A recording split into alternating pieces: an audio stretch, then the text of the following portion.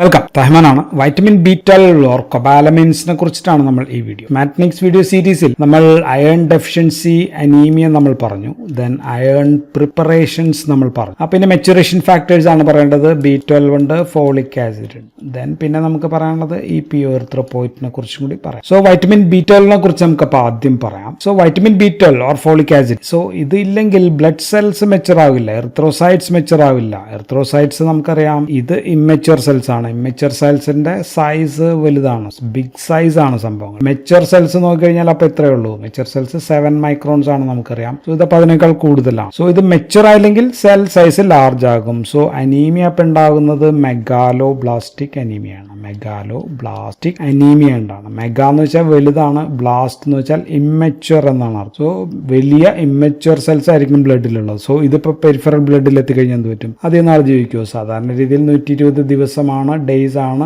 RBCയുടെ ജീവിതമെങ്കിൽ ഇത് അത്ര നാൾ ജീവിക്കില്ല, ഇത് വേഗം ചത്തു, ഷോർട്ട് ലിവ്ഡ് ആയിരിക്കും. സോ അപ്പോൾ നമ്മൾ ഫോളിക് ആസിഡ് കൊടുത്തു, ഫോളിക് ആസിഡും കൊടുത്തിട്ടും അയൺ കൊടുത്തിട്ടും നമ്മുടെ അനീമിയ മാറുന്നില്ലെങ്കിൽ, ബ്ലഡ് സെൽസ് മെച്ചർ ആകുന്നില്ല, അനീമിക് ആണെങ്കിൽ അതിന് പേരിട്ടതാണ് നമ്മൾ പെർനീഷ്യസ് അനീമിയ എന്നാണ് നമ്മൾ പേര്. പെർനീഷ്യസ് എന്ന് വെച്ചാൽ ഡെഡ്ലി ഓർ ഇൻക്യൂറബിൾ. ആദ്യകാലത്ത് അങ്ങനെയാണ് വിചാരിച്ചത്. രണ്ടും കൊടുത്തിട്ട് ഫലമില്ല, ഇൻക്യൂറബിൾ ആണ്. സോ അതിന് വേണ്ടിയിട്ടാണ് നമ്മൾ B12 ഓർ കൊബാലമിൻസ് നമ്മൾ കൊടുക്കുക. So vitamin B12 or cobalamins are anti pernicious anaemia factor ആണ് എന്ന് നമുക്ക് പറയാം. So anti pernicious anaemia factor എന്ന് വെച്ചാൽ അത് വൈറ്റമിൻ B12 ആണ്, കൊബാലമിൻ. വൈറ്റമിൻ B12 പ്രധാനമായിട്ട് സയനോ കൊബാലമിൻ ആണ് ഒരെണ്ണം. ഒന്ന് സയനോ കോബാലമിൻ, ഞാൻ എഴുതുന്നില്ല, കോ എന്ന് എഴുതിയേക്കാം. രണ്ടാമത്തെ നമുക്കുള്ളത് ഹൈഡ്രോക്സോ കോബാലമിൻ. സോ ഇത് വൈറ്റമിൻ B12A എന്നും നമ്മൾ വിളിക്കാറുണ്ട്. ആൻഡ് ഇത് രണ്ടും വാട്ടർ സോലുബിൾ റെഡ് ക്രിസ്റ്റൽസ് ആണ്, complex cobalt containing. So cobalt ഉള്ളതുകൊണ്ടാണ് ഈ കൊബാലമിൻസ് എന്നുള്ള പേര്. ആൻഡ് പ്രകൃതിയിൽ നമ്മുടെ ശരീരത്തിൽ ഇത് ഉണ്ടാക്കുന്നത് നമ്മുടെ അകത്തുള്ള ഗാസ്ട്രിക് ഫ്ലോറയിലുള്ള കൊളോണിക് മൈക്രോ ഫ്ലോറയിലുള്ള മൈക്രോ ഓർഗാനിസംസ് ആണ് ഇത് ഉണ്ടാക്കുന്നത്. പക്ഷേ ഇതുണ്ടാക്കിയാലും നമുക്കിത് അബ്സോർബ് ചെയ്യാൻ പറ്റില്ല. ഇപ്പൊ നമ്മൾ മരുന്നായിട്ട് കിട്ടുന്നത് B12 എന്ന് പറയുന്നത് കിട്ടുന്നത് സ്ട്രെപ്റ്റോമൈസസ് ഗ്രിസിയസിൽ നിന്നാണ്. ഗ്രിസിയസ് നമ്മൾ കേട്ടിട്ടുണ്ട്. സ്ട്രെപ്റ്റോമൈസിൻ ഇത് കിട്ടുന്നതും സ്ട്രെപ്റ്റോമൈസസ് ഗ്രിസിയസിൽ നിന്നാണ്. സോ അതിൽ നിന്ന് ആന്റിബയോട്ടിക്കും കിട്ടും, നമുക്ക് വൈറ്റമിൻ B12 കിട്ടും. ആൻഡ് വൈറ്റമിൻ B12 നമുക്കപ്പോൾ ഫുഡിൽ നിന്നാണ് നമുക്ക് കിട്ടുക. സോ ഇറ്റ് ഈസ് ഫുഡിൽ നിന്നാണ് നമുക്ക് പ്രധാനമായിട്ട് ഇത് കിട്ടുക. ലിവറിനകത്തുണ്ട്, കിഡ്നിക്കകത്തുണ്ട്, സീ ഫിഷ് അതിനകത്തുണ്ട്, എഗ് യോക്കിനകത്തുണ്ട്, മീറ്റിലുണ്ട്, ചീസ്. സോ ഇതെല്ലാം എഴുതിയതെല്ലാം തന്നെ നമ്മൾ അനിമൽ പ്രൊഡക്ട്സ് ആണ് എഴുതിയിരിക്കുന്നത്. ആൻഡ് B12 ഉള്ള ഏക പച്ചക്കറി വെജിറ്റേറിയൻ സോഴ്സ് എന്ന് പറയുന്നത് സം ലെഗ്യൂംസ് ആണ്. ലെഗ്യൂംസ് അല്ലെങ്കിൽ നമുക്ക് പൾസസ് എന്ന് നമുക്ക് വിളിക്കാം. അതിനകത്ത് മാത്രമേ ഉള്ളൂ vitamin B12. So strict വെജിറ്റേറിയൻസിന് B12 കിട്ടാനായിട്ട് കുറച്ച് പ്രയാസമുണ്ട് എന്ന് നമുക്ക് മനസ്സിലാക്കുക. ദിവസേന വേണ്ട, ഡെയിലി വൈറ്റമിൻ B12 നമുക്ക് വേണ്ടത് 1 to 3 മൈക്രോഗ്രാംസ് ആണ് നമുക്ക് വേണ്ടത്. ഗർഭിണികൾ, മുലയൂട്ടുന്നവർ, അവർക്ക് കൂടുതൽ വേണ്ടി വരും. 3 to 5 മൈക്രോഗ്രാം പെർ ഡേ അവർക്ക് ആവശ്യമായിട്ട് വരും. നമുക്ക് കിട്ടുന്നത് സാനോകോബാലമിനും അല്ലെങ്കിൽ ഹൈഡ്രോക്സോ കൊബാലമിൻ ആയിട്ടാണെങ്കിലും, സോ ഇതിന്റെ ആക്റ്റീവ് ശരീരത്തിലുള്ള ഇതിന്റെ ആക്റ്റീവ് കോ എൻസൈം ആണല്ലോ ഇത്. കോ എൻസൈം ഫോംസ് എന്ന് പറയുന്നത് ഒന്ന് ഡിയോക്സി അഡിനോസിൽ കോബാലമിൻ. അതിനെ നമ്മൾ DAB12 എന്നാണ് എഴുതുക. രണ്ടാമത്തത് മീതൈൽ കോബാലമിൻ ആണ്. അതിനെ നമ്മൾ മീതൈൽ എന്ന് എഴുതുക, B12 എന്നായിരിക്കും നമ്മൾ. ആൻഡ് ഇതിൽ ഹൈഡ്രോക്സി കോബാലമിൻ ആണ് പ്രധാനപ്പെട്ട മരുന്നായിട്ട് അപ്രൂവ്ഡ് ആയിട്ട് ഏറ്റവും അധികം വൈഡായിട്ട് ഉപയോഗിക്കാനായിട്ട് നിർദ്ദേശിക്കുന്നത് ഇതാണ്. സാനോകോബാലമിൻ നമ്മൾ മരുന്നായിട്ട് ഉപയോഗിക്കുന്നുണ്ട്, പക്ഷേ ഇതാണ് ബെസ്റ്റ്. അതേ കാര്യം ഞാൻ പറയാം. ആൻഡ് മീതൈൽ കോബാലമിൻ എന്ന് പറയുന്ന മരുന്ന് ഇന്ത്യയിൽ മരുന്നായിട്ട് അവൈലബിൾ ആണ്. പക്ഷേ US-ലൊന്നും ഇത് മരുന്നായിട്ട് അവൈലബിൾ അല്ല. അവിടെ മരുന്ന്, ഇറ്റ്സ് നോട്ട് എ ഡ്രഗ്, അവിടെ ഫുഡ് സപ്ലിമെന്റ് മാത്രമാണ്. പക്ഷേ ഇവിടെ നമുക്ക് മരുന്നായിട്ട്, അതിനെക്കുറിച്ച് ഞാൻ പറയാം. ഇനി vitamin B12 importance or metabolic importance എന്താണെന്ന് നമ്മൾ നോക്കിക്കഴിഞ്ഞാൽ, ഒന്ന്, vitamin B12 is a cofactor for the conversion of ഹോമോസിസ്റ്റിനെ നമുക്ക് മെത്തിയോണിൻ ആക്കി മാറ്റണം എങ്കിൽ നമുക്ക് എന്ത് വേണം? B12 ഇവിടെ ആവശ്യമാണ്. So what is this methionine? Methionine നമ്മുടെ പ്രധാനപ്പെട്ട ശരീരത്തിലുള്ള ഒരു മീതൈൽ ഗ്രൂപ്പ് എന്ന് വെച്ചാൽ CH3 അല്ലെ, CH3 ഗ്രൂപ്പ് പല സ്ഥലത്തും കൊടുക്കുന്ന മീതൈൽ ഡോണറാണ്. അപ്പോൾ ഏതെങ്കിലും ഒരു കോമ്പൗണ്ട് 1 കാർബൺ ആഡ് ചെയ്യണമെങ്കിൽ അവിടെ മെത്തിയോണിൻ നമുക്ക് കൊടുത്തു കഴിഞ്ഞാൽ നമുക്ക് മീതൈൽ ഗ്രൂപ്പ് ആഡ് ചെയ്യാൻ പറ്റും. സോ ഒരുപാട് മെറ്റബോളിക് റിയാക്ഷൻസിൽ മെത്തിയോണിൻ ഇങ്ങനെയുള്ള പണി ചെയ്യുന്നുണ്ട്. And also this is important in protein സിന്തസിസിലും ഇത് ഇമ്പോർട്ടൻറ്റ്. ഇനി മെത്തിയോണിനെ നമുക്ക് എസ് അഡിനോസിൽ മെത്തിയോണിൻ ആക്കി മാറ്റിയാലേ നമുക്ക് വേറെ കുറെ ഇമ്പോർട്ടൻസ് ഉണ്ട്. ഉദാഹരണത്തിന് എസ് അഡിനോസിൽ മെത്തിയോണിൻ ഉണ്ടെങ്കിൽ ഉണ്ടെങ്കിലേ ഫോസ്ഫോലിപ്പിഡ്സ് ഉണ്ടാക്കാനായിട്ട് പറ്റൂ. അതിനേക്കാൾ ഇമ്പോർട്ടൻ്റ് അതല്ല, മയലിൻ ഉണ്ടാക്കാനായിട്ട് ഇത് വേണം. മയലിൻ ഷീത്ത് അല്ലെ, നെർവ്സിന്റെ പുറത്ത് ഇങ്ങനെ മയലിൻ ഷീത്ത് ഉണ്ട് നമുക്കറിയാം. ഈ മയലിൻ ഷീത്ത് ആണ് നെർവ്സിന്റെ ആക്ഷൻ പൊട്ടൻഷ്യൽ സ്പീഡപ്പ് ചെയ്യുന്നത്. സോ ഈ മയലിൻ ഷീത്ത് ഉണ്ടാക്കാനായിട്ട് എസ് അഡിനോസിൽ മെത്തിയോണിൻ വേണം. എസ് അഡിനോസിൽ മെത്തിയോണിൻ വേണമെങ്കിൽ മെത്തിയോണിൻ വേണം. അതിന് വൈറ്റമിൻ B12 വേണം. ഇപ്പൊ രണ്ടാമത്തെ ഇമ്പോർട്ടൻസ് എന്ന് പറഞ്ഞാൽ വൈറ്റമിൻ B12 ഉണ്ടെങ്കിലേ ഇതോടനുബന്ധിച്ച് നടക്കുന്ന ടെട്രാഹൈഡ്രോഫോളിക് ആസിഡ്, മീഥൈൽ ടെട്രാഹൈഡ്രോഫോളിക് ആസിഡിനെ നമുക്ക് ടെട്രാഹൈഡ്രോഫോളിക് ആസിഡ് ആക്കി മാറ്റണമെങ്കിൽ, തിരിച്ച് മാറ്റണമെങ്കിൽ നമുക്ക് ഏത് വേണം? നമുക്ക് ഇവിടെ വൈറ്റമിൻ B12 ആവശ്യമാണ്. And what is this tetrahydrofolic acid? നമ്മൾ പഠിച്ചിട്ടുണ്ട് ടെട്രാഹൈഡ്രോഫോളിക് ആസിഡും ഒരു മീഥൈൽ ഗ്രൂപ്പ് ഡോണർ ആണ്, CH3 ഗ്രൂപ്പ് കൊടുക്കുന്ന ആളാണ്. എവിടെയാണ് നമ്മൾ ഇമ്പോർട്ടന്റ് ആയിട്ട് പഠിച്ചിട്ടുള്ളത്? യൂറിഡിനെ തൈമിഡിൻ ആക്കണമെങ്കിൽ അല്ലെ, എന്ന് വെച്ചാൽ യൂറിഡിൻ എന്ന് പറഞ്ഞ RNA-യിലുള്ള ന്യൂക്ലിയോടൈഡ് ആണ്, അതിനെ നമുക്ക് DNA-യിലുള്ള ന്യൂക്ലിയോടൈഡ് ആക്കണം. അല്ലെങ്കിൽ നമുക്ക് പ്യൂരിൻസ് ആൻഡ് പിരമിഡിൻ സിന്തസിസിന് നമുക്ക് എന്ത് വേണം? ടെട്രാഹൈഡ്രോഫോളിക് ആസിഡ് വേണം. ഇപ്പൊ മീഥൈൽ ടെട്രാഹൈഡ്രോഫോളിക് ആസിഡ് ആയിട്ട് നിൽക്കുകയാണ് വൈറ്റമിൻ B12 ഇല്ലെങ്കിൽ. സോ ഇതിനെയാണ് നമ്മൾ മീഥൈൽ ടെട്രാഹൈഡ്രോഫോളിക് ആസിഡ് ട്രാപ്പ് എന്നാണ് പറയാം. സോ ഇത് ഇങ്ങനെയായിട്ട് നിന്ന് പോകും, ടെട്രാഹൈഡ്രോഫോളിക് ആസിഡ് ആയിട്ട് മാറില്ല. സോ ഇതെല്ലാം DNA-യിലുള്ള സംഭവങ്ങളാണ്. DNA ഉണ്ടെങ്കിൽ മാത്രമാണ് എന്ത് പറ്റൂ? നമുക്ക് സെൽ ഡിവിഷൻ, സെൽ അങ്ങനെയൊക്കെയുള്ള സംഭവങ്ങളിലേക്ക് പോകാൻ പറ്റൂ. സോ എറിത്രോസൈറ്റ്സ് മെച്ചുർ ആണെങ്കിൽ, ഡിവൈഡ് ചെയ്യണമെങ്കിൽ, പ്രോലിഫറേറ്റ് ചെയ്യണമെങ്കിൽ നമുക്ക് ഇതെല്ലാം വേണം. മൂന്നാമത്തെ ഇമ്പോർട്ടൻസ് എന്ന് വെച്ചാൽ പ്രൊപ്പിയോണിക് ആസിഡ് മെറ്റബോളിസത്തിലാണ്. പ്രൊപ്പിയോണിക് ആസിഡ് മെറ്റബോളിസത്തിൽ നമുക്ക് എന്ത് വേണം? നമുക്ക് വൈറ്റമിൻ B12 ആവശ്യം. സോ ഇതിൽ മലീക് ആസിഡ് എന്ന് പറയുന്ന സാധനം സക്സിനിക് ആസിഡ് ആയിട്ട് മാറണം. സക്സിനിക് ആസിഡ് ആയിട്ട് മാറണമെങ്കിൽ നമുക്കിവിടെ വൈറ്റമിൻ B12 വേണം. ഇല്ലെങ്കിൽ എന്ത് പറ്റുമെന്ന് വെച്ചാൽ മലീക് ആസിഡ് മീഥൈൽ മലൈക് ആസിഡ് ആയിട്ട് അവിടെ കിടക്കും. ആൻഡ് അപ്പൊ മീഥൈൽ മലൈക് ആസിഡ് ഇങ്ങനെ അക്യൂമുലേറ്റ് ചെയ്യും, സെല്ലിനകത്ത് അക്യൂമുലേറ്റ് ചെയ്യുമ്പോൾ that can cos toxicity. And ഇതാണ് നമ്മുടെ നെർവിനകത്ത് ഉള്ള മയലിൻ ഷീത്ത് ഡീമയലിനേറ്റ് ചെയ്യുക എന്ന് വെച്ചാൽ മയലിൻ ഷീത്ത് നശിച്ചു പോകാനായിട്ടുള്ള ഒരു കാരണം ബിക്കോസ് മീഥൈൽ മലൈക് ആസിഡിന്റെ അക്യൂമുലേഷൻ ആണെന്നാണ്. അപ്പൊ ഇത് ഉണ്ടാവണമെങ്കിൽ വേണം, മയലിൻ ഷീത്ത് ഉണ്ടാവണമെങ്കിൽ വേണം. ഉള്ള മയലിൻ ഷീത്ത് നശിച്ചു പോകാതിരിക്കാനും നമുക്ക് എന്ത് വേണം? ഈ സംഭവം വേണം. സോ അതുകൊണ്ടാണ് ഇതിൽ ന്യൂറോ പേഷ്യൻസിനകത്തൊക്കെ, പല ന്യൂറോപ്പതിക് ഡിസീസസിനകത്തൊക്കെ നമ്മളിത് വളരെയധികം ഉപയോഗിക്കുന്നത്. ബിക്കോസ് ദിസ് വൈറ്റമിൻ B12 നമ്മൾ കൊടുക്കുന്നത്, ഇപ്പോൾ ഉദാഹരണത്തിന് പല സംഭവങ്ങൾ, ഇപ്പോൾ ന്യൂറോപ്പതി അതിനകത്തൊക്കെ പല പ്രീഗ്യാബാലിനായാലും അല്ലെങ്കിൽ ഗാബാപെൻറ്റിനായാലും അങ്ങനെയൊക്കെയുള്ള മരുന്നുകൾ ഉപയോഗിക്കുമ്പോൾ അതിൻ്റെ കൂടെ നമ്മളിത് ഉപയോഗിക്കുന്നത് ഇതുകൊണ്ട്. സോ ഇമ്പോർട്ടൻസ് ഇൻ ന്യൂറോയിൽ ഇമ്പോർട്ടൻ്റ് ആണ്. നമ്മളിതിപ്പോൾ പഠിക്കുന്നത് അനീമിയയിലാണ്. സോ അനീമിയയിൽ RBCയുടെ മെച്ചുറേഷനും ഇത് ഇമ്പോർട്ടൻ്റ് ആണ്. സോ രണ്ട് കാര്യത്തിൽ ഇത് പ്രധാനപ്പെട്ട റോള് വഹിക്കുന്നുണ്ട്. സോ ഇതൊക്കെയാണ് ഇതിന്റെ മെറ്റബോളിക് ഫങ്ഷൻസ് ഓഫ് B12. ഇനി വൈറ്റമിൻ B12 നമുക്ക് പ്രോട്ടീൻ കോൺജുഗേറ്റ്സ് ആയിട്ടായിരിക്കും വരിക. നമുക്ക് കിട്ടുക ഇറച്ചിയിലൊക്കെയുള്ള പ്രോട്ടീൻസ് ആയിട്ട് ചേർന്നിട്ടായിരിക്കും. സോ ഇപ്പോൾ കുക്ക് ചെയ്ത് കഴിയുമ്പോൾ ആ പ്രോട്ടിയോലിസിസ് കഴിഞ്ഞിട്ട് വൈറ്റമിൻ B12 റിലീസ് ചെയ്യാം. ഇല്ലെങ്കിൽ നമ്മുടെ സ്റ്റൊമക്കിനകത്ത്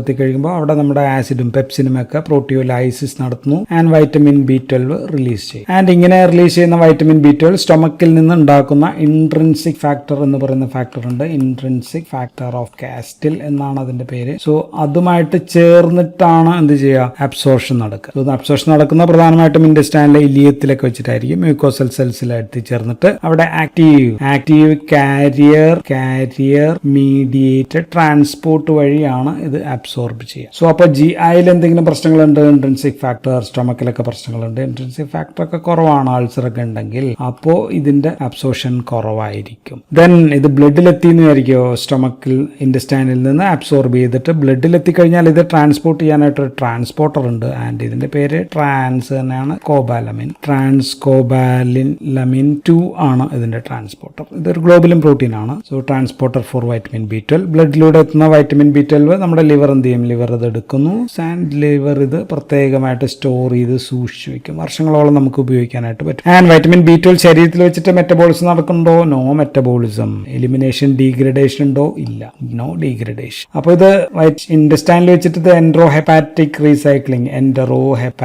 റീസൈക്ലിംഗ് വിധേയമാവുന്നുണ്ട്. അതുകൊണ്ട് ഇങ്ങനെ ശരീരത്തിൽ സംഭവം ഇത് കിടന്നോളും. പക്ഷെ നഷ്ടപ്പെടുന്നുണ്ടെങ്കിൽ അത് ബൈലിലൂടെ, ഫീസസിലൂടെ ആയിരിക്കും നഷ്ടപ്പെടും. ആൻഡ് ഇപ്പോൾ ഭക്ഷണത്തിലൂടെ B12 നമുക്ക് കിട്ടുന്നില്ല. കുറച്ച് നാളായിട്ട് കിട്ടുന്നില്ലെങ്കിലും കുഴപ്പമില്ല, നമുക്ക് കുറേ നാൾ ശരീരത്തിന് പിടിച്ചു നിൽക്കാൻ പറ്റും. ഒരു 3 to 5 years ഒക്കെ കണ്ടിന്യൂസ് ആയിട്ട് ലഭിച്ചില്ലെങ്കിലാണ് ലിവറിൽ നിന്നുള്ള സംഭവങ്ങളൊക്കെ തീരുമ്പോഴാണ് നമുക്ക് വൈറ്റമിൻ B12 ഡെഫിഷ്യൻസി ഉണ്ടാകും. സോ വൈറ്റമിൻ B12 ഡെഫിഷ്യൻസി ഒറ്റ സുപ്രഭാതത്തിൽ ഉണ്ടാവുന്നല്ല, വർഷങ്ങളോളം നമുക്ക് വൈറ്റമിൻ B12 കിട്ടാതെ ആകുമ്പോഴാണ് നമുക്ക് ഇതിന്റെ ഡെഫിഷ്യൻസി ഉണ്ടാവുക. സോ ഇനി എന്തെല്ലാം കാരണങ്ങളാൽ B12 ഡെഫിഷ്യൻസി ഉണ്ടാകും എന്ന് നോക്കിക്കഴിഞ്ഞാൽ നമ്മളിപ്പോൾ ഓൾറെഡി കുറച്ച് കാര്യങ്ങളൊക്കെ ഏകദേശം മനസ്സിലായി. ഒന്ന്, ഇപ്പോൾ സ്ട്രിക്റ്റ് വെജിറ്റേറിയൻസ് ആണെങ്കിൽ അവർക്ക് വൈറ്റമിൻ B12 കിട്ടാനായിട്ട് സാധ്യത കുറവാണ്. ഇറച്ചിയെ കഴിക്കുന്ന ആൾക്കാരെ സംബന്ധിച്ച് മറ്റവർക്ക് ചാൻസ് കൂടുതലാണ്. ദെൻ ഗർഭിണികൾ, കുട്ടികൾ, അല്ലെങ്കിൽ ഇൻക്രീസ്ഡ് ഡിമാൻഡ് വരുമ്പോൾ അത്രയും സപ്ലൈ കിട്ടുന്നില്ലെങ്കിൽ ഡെഫിഷ്യൻസി വരാം. ദെൻ മൂന്നാമത്തെ പ്രശ്നം മാൽ അബ്സോർപ്ഷൻ ആണ്. സംഭവം നമ്മുടെ ശരീരത്തിൽ വരുന്നുണ്ട്, പക്ഷെ അബ്സോർബ് ചെയ്യുന്നില്ല. ഇൻട്രിൻസിക് ഫാക്ടർ ഓഫ് കാസ്റ്റിൽ, അല്ലെങ്കിൽ GI പ്രോബ്ലംസ് ഉണ്ട്,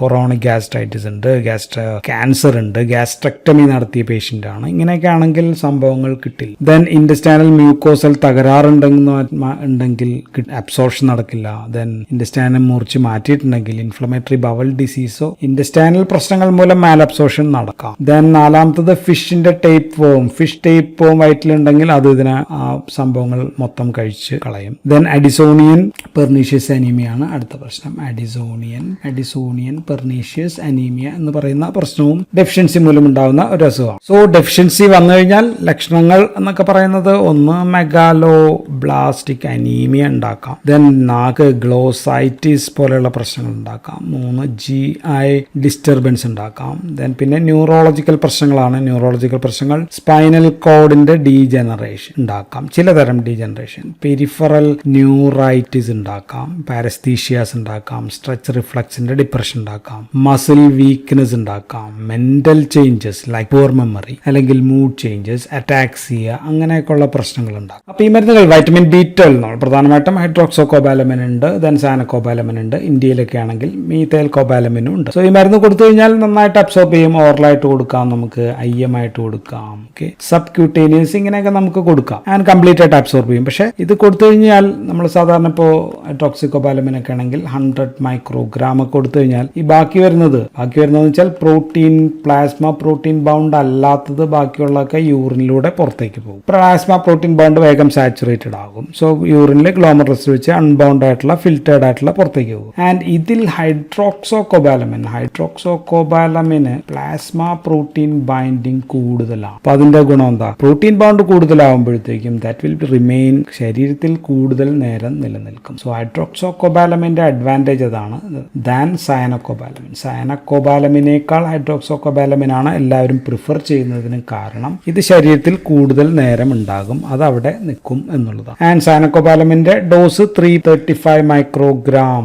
ഇൻ 5 ml ഇഞ്ചക്ഷൻ ആയിട്ടാണ് കിട്ടുക. ഹൈഡ്രോക്സോകോബാലമിൻ ആണെങ്കിൽ 500 മൈക്രോഗ്രാം 1000 മൈക്രോഗ്രാം അങ്ങനെയൊക്കെ നമുക്ക് കൊടുക്കാം. ഓറലും ഒക്കെ ഉണ്ട്. ദെൻ മീഥൈൽ കോബാലമിനെ കുറിച്ച് പറഞ്ഞാൽ അതൊരു 0.5 to 1.5 മില്ലിഗ്രാം ഒക്കെ നമ്മൾ ഓറലായിട്ട് പല കോമ്പിനേഷൻ മരുന്നുകളായിട്ടൊക്കെ ലഭ്യമാണ്. ഞാൻ പറഞ്ഞു ധാരാളം കോമ്പിനേഷൻസ് ഉണ്ട്, അതുകൊണ്ട് എല്ലാം ഒന്നും പറയാൻ പറ്റില്ല. ഉദാഹരണത്തിന് ന്യൂറോളജിക്കൽ മരുന്നുകൾ ഗാബാപെന്റിൻ, പ്രീഗാബാലിൻ, ഇങ്ങനെയൊക്കെയുള്ള പല മരുന്നുകളുടെ ഒപ്പം മീഥൈൽ കോബാലമിനായിട്ട് പ്രത്യേകമായിട്ട് കോമ്പിനേഷനായിട്ട് കിട്ടും. കാരണം ഞാൻ പറഞ്ഞു അത് ന്യൂറോപ്പതി, പെരിഫറൽ ന്യൂറൈറ്റിസ് അല്ലെങ്കിൽ ന്യൂറോപ്പതി, ഇപ്പൊ ഡയബറ്റിക് ആയാലും അല്ലെങ്കിൽ അങ്ങനെയൊക്കെയുള്ള കണ്ടീഷൻസിലേക്കായിട്ട് ഉപയോഗിക്കും. ദെൻ പാരന്റൽ പ്രിപ്പറേഷൻസിൽ നമ്മൾ പ്രിഫേർഡ് ആയിട്ട് ചൂസ് ചെയ്യുക എന്നുള്ളത് വീണ്ടും ഹൈഡ്രോക്സോകോബാലമിൻ തന്നെയാണ്. വൈറ്റമിൻ B12 ബെസ്റ്റ് ഡ്രഗ് എന്ന് പറയുന്നത് ഹൈഡ്രോക്സോകോബാലമിൻ ആണ്. കാരണം ഉയർന്ന പ്ലാസ്മ പ്രോട്ടീൻ ബൈൻഡിംഗ് ആണ്, ബ്ലഡിൽ കൂടുതൽ നേരം നിലനിൽക്കും. സോ നമുക്ക് അപ്പോൾ യൂസസ് പറയാം. യൂസസ് ഏറ്റവും പ്രധാനം പ്രൊഫൈലാറ്റിക് ആണ്, തടയലാണ് പ്രധാനപ്പെട്ടത്. എവിടെയാണ്? To prevent the